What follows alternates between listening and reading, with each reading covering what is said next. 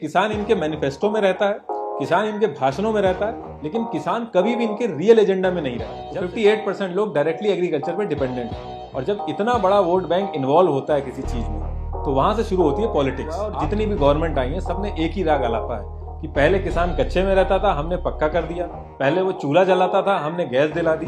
जबकि असल बात यह है कि पक्के मकान में वही रह रहा है जिनके बच्चे खेती छोड़ के बाहर जॉब करने गए हैं। ये पूरी दुनिया में इकलौती ऐसी जगह है जहाँ पे ओनर सस्ते में बेच रहा है और कंज्यूमर महंगे में खरीद रहा है, और जिसका ना लैंड है ना अनाज है, जो मिडिल मैन है वो सबसे ज्यादा मुनाफा कमा रहा है। एक किसान हो और आपने पूरे साल भर मेहनत करके एक फसल उगाई है, अब उस फसल को आपको बेचना है, तो जो हमारा करंट सिस्टम है उसमें हम 3 तरीके से अपनी फसल को बेच सकते हैं। पहला है लोकल मार्केट, दूसरा है एपीएमसी मंडी और तीसरा है एमएसपी। पहला ऑप्शन है लोकल मार्केट। इसमें किसान अपनी जान पहचान के साहूकार किसी शॉप पे या किसी लोकल मार्केट में अपनी इंडिविजुअल कैपेसिटी में जाके बेच सकता है। अब 30 से 40 किलो की बात हो तब तो वो ये कर सकता है, लेकिन जब कुंटलों में अनाज होता है तो उसके लिए एक इंफ्रास्ट्रक्चर चाहिए होता है, जैसे कोल्ड स्टोरेज, वेयर हाउसेज, इनमें बहुत पैसा लगता है। तो इसमें गवर्नमेंट ने एक सेकंड ऑप्शन दिया एपीएमसी मंडी का, जो कि स्टेट गवर्नमेंट रूल करती है। इसमें कोल्ड स्टोरेज, वेयर हाउसेज, हर एक चीज का वो लोग टेक केयर करते हैं। किसान को सिर्फ ट्रांसपोर्ट पे पैसा लगा के वहां तक जाना है और अपना सामान बेच देना है। जब अनाज लेके किसान एपीएमसी मंडी पहुंचता है तो वहां पे कमीशन एजेंट होते हैं जिनका काम होता है लोडिंग, अनलोडिंग, बिडिंग के लिए प्रोसेस पूरा देखना। वो एक तरह से फार्मर्स के रिप्रेजेंटेटिव की तरह एक्ट करते हैं। फिर वहां पे नीलाम करता होता है जो कि पूरा बिडिंग प्रोसेस कराता है। फिर अलग अलग बिडर्स आते हैं और जो बिडर सबसे ज्यादा पैसा देता है फार्मर को, फार्मर उसको अपनी उपज बेच देता है। एपीएमसी मंडी को अगर सिंपल तरीके से समझना है तो जिस तरीके से फ्लिपकार्ट और अमेजोन काम करते हैं, ठीक उसी तरीके से एपीएमसी मंडी भी काम करती है। फ्लिपकार्ट और अमेजोन बायर्स और सेलर्स को मिलाते हैं और अपना कमीशन ले लेते हैं, ठीक इसी तरीके से एपीएमसी मंडी भी करती है। बस एक चीज का डिफरेंस है, एपीएमसी मंडी में ट्रांसपेरेंसी नहीं रहती, बाकी अमेजोन और फ्लिपकार्ट में पूरी तरीके से ट्रांसपेरेंसी रहती है। एपीएमसी मंडी अगर इतनी फेयर होती तो जो हाल आज किसानों का है वो हाल होता नहीं।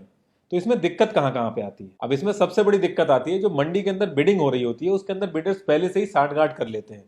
अब इस साल का जो आईपीएल था उसमें ग्लेन मैक्सवेल का बेस प्राइस 2 करोड़ था। अब दिल्ली और पंजाब ने बहुत ही एक्सट्रीम लेवल पे बिडिंग करी जिसमें वो 10 करोड़ से भी ऊपर के बिके। अब दिल्ली और पंजाब अगर पहले से ही साठगांठ कर लेता तो उनको ये रेट नहीं मिलता। तो सेम यही सिचुएशन हो रही है फार्मर्स के साथ। अब इसमें दूसरी सबसे बड़ी दिक्कत ये आती है कि एक एजेंट को 6% मिलता है पूरी डील कराने का। हर स्टेट में अलग अलग है, लेकिन अगर हम 6% लेके चलें तो मान लो अगर 100 रुपए का टमाटर बिका है तो 94 किसान को मिलने चाहिए और 6 रुपए मिलने चाहिए एजेंट को। लेकिन होता यह है कि एजेंट किसान से खुद खरीद लेता है 100 रुपए में और 180 में आगे बेच देता है। तो एक्चुअल में किसान को 169.2 मिलने चाहिए और 10.8 जो है वो एजेंट को मिलने चाहिए। लेकिन होता यह है कि 96 मिलता है किसान को और 86 कमाता है एजेंट। पहला ऑप्शन था लोकल मार्केट, दूसरा ऑप्शन था एपीएमसी मंडी। जब एपीएमसी मंडी में धांधली होने लगी तो तीसरा ऑप्शन गवर्नमेंट लेके आई MSP, minimum support price. Government ने एमएसपी लाके ये कर दिया कि जो भी एमएसपी का रेट डिसाइड होगा उससे कम में क्रॉप्स नहीं बिकेंगी। अगर मार्केट में आपको उससे कम रेट मिल रहा है तो आप सीधे गवर्नमेंट के पास जाइए और अपनी क्रॉप एमएसपी रेट पे जाके बेच दीजिए। जैसे अगर मैं वीट का एग्जांपल लूं तो इस समय जो करंट रेट चल रहा है वो 1925 चल रहा है पर क्विंटल, जो कि बढ़ के 1975 हो गया है। तो अगर आपको अपना गेहूं बेचना है तो आप सीधे गवर्नमेंट पे जाइए और एमएसपी रेट पे बेच दीजिए। लेकिन ये हर एक क्रॉप के लिए नहीं है। 23 एसेंशियल क्रॉप है जिसपे एमएसपी लगता है और बाकी किसी पे नहीं लगता है। एमएसपी आने से भी किसानों की प्रॉब्लम सॉल्व नहीं हुई। जो भी रेट एमएसपी का गवर्नमेंट डिसाइड करती थी, लोगों ने उससे ज्यादा देना ही बंद कर दिया। बिडिंग प्रोसेस में भी एमएसपी का जो रेट होता था उसके आसपास ही बिडिंग लगती थी। यहां तक कि जो लोकल साहूकार भी थे वो भी यही कहते थे कि आपको बेचना एमएसपी पे ही जाके है, तो इतना ट्रांसपोर्ट का पैसा आप लगा रहे हैं, इससे बढ़िया आप यहीं बेच दीजिए। तो कुल मिला के जो मिनिमम सपोर्ट प्राइस था ये मैक्सिमम सपोर्ट प्राइस बन गया। अब इसमें एक दिक्कत और आती है कि एमएसपी पूरे इंडिया में सेम रहता है, लेकिन फार्मिंग की जो कॉस्ट होती है वो हर एक स्टेट में अलग अलग आती है। इतनी सारी दिक्कतों के बाद भी जब किसान एमएसपी पे बेचने निकलता है तो वहां भी काला बाजारी आ गई है। एमएसपी का जितना भी प्रोसेस है, मैनेजमेंट और स्टोरेज, वो सारा एफसीआई देखती है। तो जब किसान अपनी फसल लेके वहां पहुंचता है तो उसको कोई ना कोई बहाना बना के उससे चक्कर लगवाए जाते हैं। अब किसान की जो फसल है वो हर दिन उसका रेट कम होता है, फसल खराब होने का भी डर रहता है और जो उसने बैंक से लोन लिया है उसका इंटरेस्ट हर दिन बढ़ता है। तो किसान ज्यादा दिन वेट नहीं कर सकता, वो मार्केट में जो भी रेट मिलता है उसमें जाके वो बेच देता है। फिर वही अधिकारी उसी मार्केट में जाके कम रेट में खरीदता है और जो गवर्नमेंट का रजिस्टर्ड होता है उसमें एमएसपी का रेट चढ़ा देता है। एमएसपी बर्डन बन चुका है गवर्नमेंट के ऊपर, ये गवर्नमेंट खुद कई बार बोल चुकी है। गवर्नमेंट एमएसपी के रेट पे खरीदती है और कम दामों में राशन कार्ड पे उसको देना पड़ता है। अगर मैं करंट सिचुएशन की बात करूं तो 19 रुपए 25 पैसे पर केजी के हिसाब से उसको गेहूं खरीदना पड़ता है और 2 रुपए पर केजी के हिसाब से राशन पे देना पड़ता है। और जो इंफ्रास्ट्रक्चर की वजह से जो नुकसान होता है हर साल वो अलग से। 90,000 करोड़ का नुकसान हुआ है अनाज खराब होने की वजह से, क्योंकि प्रॉपर इंफ्रास्ट्रक्चर ही नहीं है हमारे पास। अब ये तो हो गई करंट सिचुएशन फार्मर की। अब ये जो नए बिल आए हैं इनसे क्या क्या चेंजेस आएंगे। जून 2020 में गवर्नमेंट इस बिल को ऑर्डिनेंस की तरह लेके आई। जब एक्सट्रीम सिचुएशन हो और पार्लियामेंट सेशन ना रन कर रहा हो तो प्रेसिडेंट ऑफ इंडिया के पास पावर होती है कि वो इस तरीके के ऑर्डिनेंस ला सकते हैं। तो पहला है the farming produce trade and commerce. इसमें आप एपीएमसी मंडी के बाहर भी बेच सकते हैं। जो छोटा किसान है, जो स्मॉल स्केल फार्मिंग करता है, वो अभी भी मंडी के बाहर ही बेचता है। लेकिन अगर आप एक लार्ज स्केल फार्मिंग करते हैं और आप चाहते हैं कि गवर्नमेंट एमएसपी से आपकी फसल सिक्योर रहे, तो आपको एपीएमसी मंडी के अंदर ही बेचना होगा। 7,000 एपीएमसी मंडी एरिया वाइज डिवाइडेड है और हर किसान को अपने एरिया की एपीएमसी मंडी में आके ही अपनी फसल बेचनी होगी।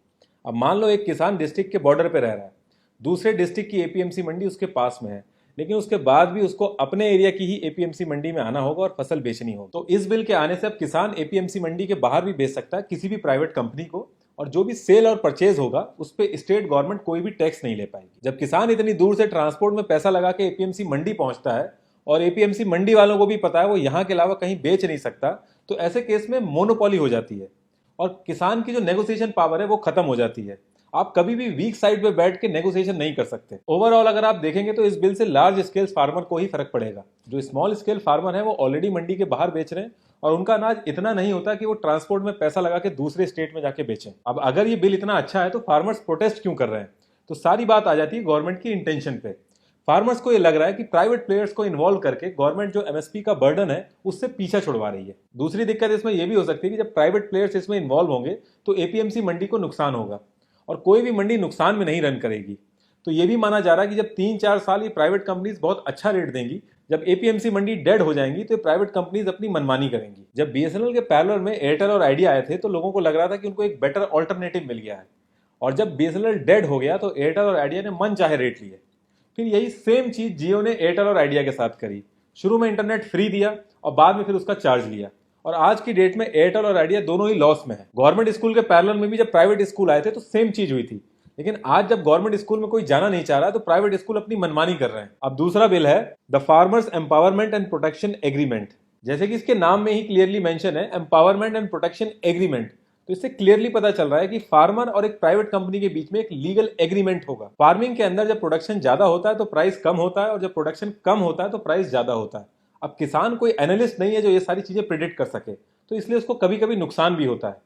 तो इस बिल के आने के बाद अगर फार्मर इन सब चीजों से बचना चाहता है तो एक लीगल कॉन्ट्रैक्ट साइन कर सकता है किसी भी प्राइवेट कंपनी से, जिसमें पहले से ही रेट डिसाइडेड होगा। इसमें प्राइवेट कंपनीज किसान को बताएंगी कि उनको कैसी फसल चाहिए, और लैंड प्रिपरेशन हो गया, पेस्टिसाइड, फर्टिलाइजर्स, वेयर हाउसेस, इन सारी चीजों में मदद करेंगी। अब इसमें दिक्कत ये आ सकती है कि फसल पूरी होने से पहले ही कोई कंपनी लॉस में आके अगर बंद हो गई या दिवालिया हो गई तो उस केस में किसान का क्या होगा, या जैसी फसल एक कंपनी चाहती है वैसा प्रोडक्शन ना हो तो उस केस में क्या होगा। देखिए एक लीगल कॉन्ट्रैक्ट है और लीगल कॉन्ट्रैक्ट में हमेशा डिस्प्यूट होते हैं, और कोर्ट के अंदर एक किसान का इतने बड़े बिजनेस जाइंट के सामने खड़ा होना बहुत ही मुश्किल है। अगर एक 6-7 हजार के आप वकील को राम जेठमलानी के सामने लाके खड़ा कर दोगे तो फिर सही गलत की चीजों का कुछ फर्क रह नहीं जाता। अब इसमें दूसरी दिक्कत तो ये आ रही है कि शुरू के 3-4 साल तो कंपनीज अच्छे रेट में कॉन्ट्रैक्ट करेंगी, और एक बार जब एपीएमसी का ऑप्शन खत्म हो जाएगा तो फिर कंपनीज अपनी मनमानी करेंगी। तो फार्मर्स ये चाह रहे हैं कि इसके अंदर एमएसपी भी ऐड हो जाए, लेकिन अगर गवर्नमेंट इसके अंदर एमएसपी ऐड करेगी तो वो घूम फिर के वहीं खड़ी हो जाएगी जिस चीज से वो बचना चाह रही थी। अब तीसरा और आखिरी बिल है द एसेंशियल कमोडिटी बिल। ये कोई नया बिल नहीं है, ये 1955 में आया था ये बिल, और इस बार इसमें कुछ चेंजेस किए गए हैं। तो पहली चीज तो ये बिल आया ही क्यों, इसकी जरूरत क्यों है? तो इस बिल को लाया गया था होर्डिंग को रोकने के लिए, यानी कालाबाजारी को रोकने के लिए। ये बिल कहता है कि जो भी जरूरत की चीजें हैं उनको आप स्टोर नहीं कर सकते। अब जरूरत की चीजें क्या है, इनकी कोई लीगल डेफिनेशन नहीं है, एक लिस्ट है जिसमें से गवर्नमेंट ऐड और रिमूव करती रहती है। जैसे कि मार्च 2020 में हैंड सैनिटाइजर और मास्क को गवर्नमेंट ने ऐड कर दिया था इस लिस्ट में, और फिर 1 जुलाई 2020 को इस लिस्ट से इसको हटा दिया था। जैसे ही इस लिस्ट के अंदर कोई प्रोडक्ट आता है तो सारा production, supply, distribution government control करने लगती है। जब डिमांड बढ़ती है तो प्राइस भी बढ़ता है। अगर आज की डेट में पूरे मार्केट से कोई आलू उठा के स्टोर कर ले तो अचानक से आलू के प्राइस बढ़ जाएंगे, फिर अपने मन मुताबिक वो आलू को बेच सकता है जैसे चाहे वो। तो ऐसे केस में गवर्नमेंट आएगी और आलू को उठा के एसेंशियल लिस्ट में ऐड कर देगी।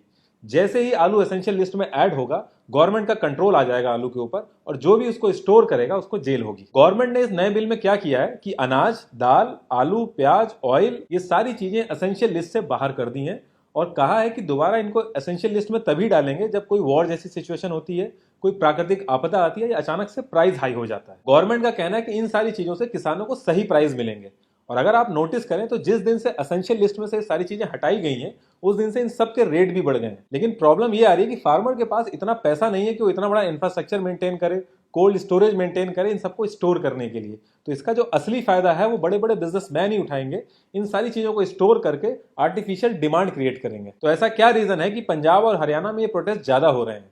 तो पहली चीज तो यह है कि दोनों स्टेट की जो इकोनॉमी है वो एग्रीकल्चर बेस्ड है। दूसरी चीज, जो सेंट्रल गवर्नमेंट है वो हर साल गेहूं और चावल बल्क में खरीदती है। हरियाणा 60% से ज्यादा प्रोडक्शन करता है बासमती राइस का, और पंजाब ऑल ओवर इंडिया में 2/3 से ज्यादा गेहूं प्रोड्यूस करता है। जब सेंट्रल गवर्नमेंट बल्क में गेहूं और चावल खरीदती है तो स्टेट को 8.5% टैक्स देती है, जिसमें से 2.5% एपीएमसी मंडी को जाता है और 6% डायरेक्टली स्टेट के पास जाता है। अगर मैं सिर्फ पंजाब की बात करूं तो लास्ट ईयर 3600 करोड़ रुपए मिले थे इसी टैक्स से, जो कि ये लोग यूज करते हैं फ्री इलेक्ट्रिसिटी वगैरह देके फार्मर्स को इलेक्शन के टाइम पे। तो इस बिल के आने से अब वो चीज बंद हो जाएगी। ऐसा नहीं था कि गवर्नमेंट को पता नहीं था कि कौन कौन से स्टेट में प्रोटेस्ट होंगे या किस लेवल के प्रोटेस्ट होंगे, कौन कौन पार्टी छोड़ सकता है। गवर्नमेंट को बहुत अच्छे से पता था, इसीलिए ये बिल जून में कोविड के टाइम पे लाया गया। प्रॉब्लम यह है कि हर एक पार्टी को पता है कि जो एग्रीकल्चर सेक्टर है 15% जीडीपी को कंट्रीब्यूट करता है। लेकिन अगर मॉडर्न इकोनॉमी की बात करें तो एग्रीकल्चर को हमेशा सेकेंडरी रखते हैं लोग। लेकिन उसके साथ साथ एक प्रॉब्लम यह भी रहती है कि 45% पॉपुलेशन इंडिया की डायरेक्टली एग्रीकल्चर पर डिपेंडेंट है और 15% इनडायरेक्टली डिपेंडेंट है। यानी कि कोई ट्रैक्टर की मैन्युफैक्चरिंग कर रहा है, कोई पेस्टिसाइड बना रहा है, तो 58% लोग डायरेक्टली एग्रीकल्चर पर डिपेंडेंट है। और जब इतना बड़ा वोट बैंक इन्वॉल्व होता है किसी चीज में तो वहां से शुरू होती है पॉलिटिक्स। आप नोटिस करेंगे किसान इनके मैनिफेस्टो में रहता है, किसान इनके भाषणों में रहता है, लेकिन किसान कभी भी इनके रियल एजेंडा में नहीं रहता। जब से देश आजाद हुआ और जितनी भी गवर्नमेंट आई है सबने एक ही राग आलापा है कि पहले किसान कच्चे में रहता था, हमने पक्का कर दिया। पहले वो चूल्हा जलाता था, हमने गैस दिला दी। जबकि असल बात यह है कि पक्के मकान में वही रह रहा है जिनके बच्चे खेती छोड़ के बाहर जॉब करने गए हैं। जिनका परिवार आज भी खेती में लगा है वो कच्चे मकान में रह रहे हैं आज भी। सबसे ज्यादा किसान के बच्चे फौज में जाते हैं। एक लग्जरी कार खरीदने आप अगर जाएंगे तो 7.5% से रेट ऑफ इंटरेस्ट स्टार्ट होता है। वहीं एक किसान ट्रैक्टर लेने जाता है और उसको लोन कराना है तो 17% तक का रेट ऑफ इंटरेस्ट लगता है। एवरेज लैंड होल्डिंग है इंडिया के अंदर 1.1 हेक्टेयर। अगर मैं 1 हेक्टेयर की बात करूं तो उसमें से 27 कुंटल गेहूं निकलता है 6 महीना खून पसीना बहाने के बाद। जो करंट रेट चल रहा है वो है 1925 रुपए पर कुंटल, जो गवर्नमेंट ने एमएसपी पे डिसाइड कर रखा है। तो उस हिसाब से एक किसान की 6 महीने की इनकम हो गई 51,975 और मंथली इनकम हो गई 8,662 और एक दिन की इनकम हो गई 288। और ये एक जने की इनकम नहीं है क्योंकि पूरा परिवार उसमें इन्वॉल्व होता है, तो ये पूरे परिवार की इनकम है। इससे ज्यादा पैसा अगर एक इंसान किसी रेलवे के जंक्शन में जाए और सिर्फ 4 ट्रेनों के अंदर चढ़ जाए और वो मांगना चालू करे तो इससे ज्यादा पैसा कमा लेगा। जब से देश आजाद हुआ है किसान की इनकम 19% बढ़ी है। मतलब आजादी के टाइम पे अगर वो 100 रुपए कमा रहा था तो आज की डेट में वो 119 रुपए कमा रहा है। वहीं एक एमपी की सैलरी 280% बढ़ी है। और अगर एक एक्स एमएलए एक्स एमपी बनता है तो वो 2-2 बार पेंशन उठाता है। एक एमपी का अगर आप सैलरी ब्रेकअप देखोगे तो पूरे साल भर में उसके ऊपर जो कॉस्ट लगती है वो 40 लाख रुपए लगती है। मैं इन हैंड की बात नहीं कर रहा हूं, मैं जो कॉस्ट लगती है उसकी बात कर रहा हूं। और जिस रेट कार्ड में इनके कैंटीन में सामान मिलता है पूरे इंडिया के अंदर वो रेट कार्ड में आपको सामान नहीं मिल सकता। जबकि उस रेट कार्ड की असली जरूरत तो एक किसान को है, ना कि करोड़पतियों को। करंट एमएसपी अगर आप मक्के की चेक करेंगे तो 1850 रुपए पर कुंटल है। अगर वहीं मैं केजी में बात करूं तो 18 रुपए 50 पैसे पर केजी है। और आप मार्केट में रेट चेक करेंगे तो 480 रुपए पर केजी, और थोड़ा सा अगर फ्लेवर्ड में आप जाएंगे तो 700 रुपए पर केजी है। तो ये जो डिफरेंस है इससे आप आइडिया लगा सकते हैं कि बीच में कितना बड़ा मुनाफा छुपाया जा रहा है। ये पूरी दुनिया में इकलौती ऐसी जगह है जहां पे ओनर सस्ते में बेच रहा है और कंज्यूमर महंगे में खरीद रहा है, और जिसका ना लैंड है ना अनाज है, जो मिडिल मैन है वो सबसे ज्यादा मुनाफा कमा रहा है। और रही बात पार्लियामेंट में ये बिल सही तरीके से पास हुआ, वॉइस वोटिंग सही थी या गलत थी, तो इन सब चीजों में पढ़ के कोई फायदा नहीं है, क्योंकि ये सारी पार्टियां मिलकर बस एक्टिंग कर रही हैं मदद करने की, कोई एक्चुअल में मदद करना नहीं चाहता। 2019 में अगर आप ऑपोजिशन का मैनिफेस्टो देखेंगे तो पैराग्राफ 7 और सब क्लॉज 11 में वो लोग यही बिल लाने की बात कर रहे हैं। इनफैक्ट 2012 में ऑपोजिशन ने खुद स्मॉल स्केल पे कॉन्ट्रैक्ट फार्मिंग कराई थी, और आज की डेट में वो कह रहे हैं कि डेमोक्रेसी की हत्या हो गई है। 2001 में नवंबर के मंथ में अमृतसर के अंदर जो हमारी रूलिंग गवर्नमेंट है वो एसेंशियल कमोडिटी एक्ट को खुद ही अपोज कर रही थी। और ऐसा नहीं कि कोई और लीडरशिप कर रही थी, जो करंट लीडरशिप है वही इस चीज का अपोज कर रही थी। और आज की डेट में ये गेम चेंजर हो गई है। किसानों की कंडीशन सही करने के लिए कोई बहुत बड़ा रॉकेट साइंस नहीं चाहिए, एक छोटा सा फ्रेमवर्क चाहिए जिसमें किसान जो कि लैंड का ओनर है, जिसकी फसल है, उसको सबसे ज्यादा प्रॉफिट हो। जब से हमारा देश आजाद हुआ है हमारी गवर्नमेंट ने बहुत बड़े बड़े डिसीजन लिए हैं। पाकिस्तान के 2 टुकड़े कर दिए, 370 हट गया, रातों रात 500,000 के नोट हट गए। तो इन सब डिसीजन के आगे ये सब बहुत छोटी सी चीजें हैं, लेकिन ये होगा पॉसिबल तभी जब गवर्नमेंट चाहेगी।